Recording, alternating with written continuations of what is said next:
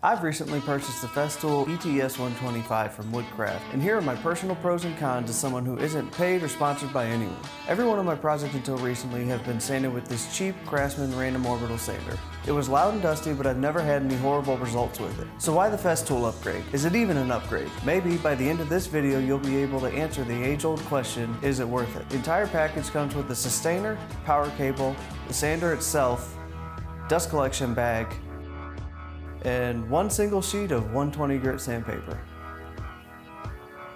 You've probably always been asking yourself, what are the cons? First con I have is price point. This sander comes in at $215 US, and not every hobbyist woodworker finds that desirable. Most of us just enjoy woodworking as an escape, and $215 doesn't seem very logical for someone who's just building things for family and stuff around their own home. And in all honesty, it looks kind of goofy, which leads to the second con I have. It is tall with a thin base. This sander comes in at approximately 6 inches tall and can feel slightly awkward while maneuvering it around a workpiece. It's definitely an acquired taste that could take some getting used to, especially while actually using it, because it appears to have some sort of distinct wobble. There's an odd wobble to the sander while it's in motion, but it appears to stay flat to the surface. Unsure if it's related to the motor or how tall it is, but it's visible and it gives you a distinct worry that you're ruining your project. But speaking of the motor, according to everything I could find online and the guys at Woodcraft, this thing is a brushed motor. It attributes to a higher vibration, leading to a lesser Festool experience. The final con I have is based on sandpaper itself.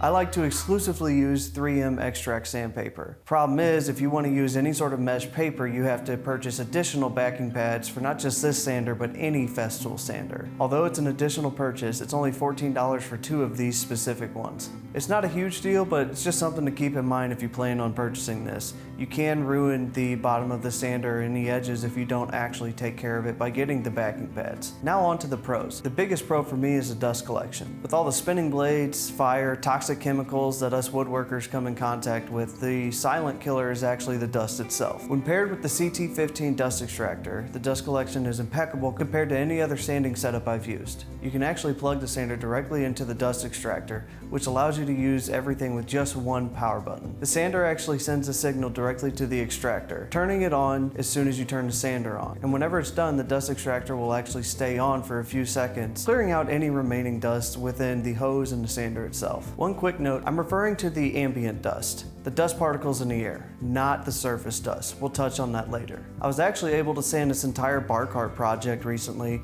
with no hearing protection or face mask, which leads to my next pro, noise. Oftentimes we find ourselves sanding for hours, and if you're using a cheap sander and a shop vac, as I've done for years, your ears will ring for hours afterwards unless you wear significant hearing protection. This sander, when paired with the C15 dust extractor, is actually quiet, and it leads to a much more pleasurable experience. Speaking of pleasurable experience, let's talk about control. Now, all wobbling aside, this sander does have a great amount of control. You can actually sand by just holding the hose itself, and when sanding smaller pieces, that wobble doesn't actually seem to be there. An additional part of the control aspect is the variable speed knob. It's placed in a convenient location so you can actually adjust it while in operation. The final pro I have is actually something I can't really relay on a camera.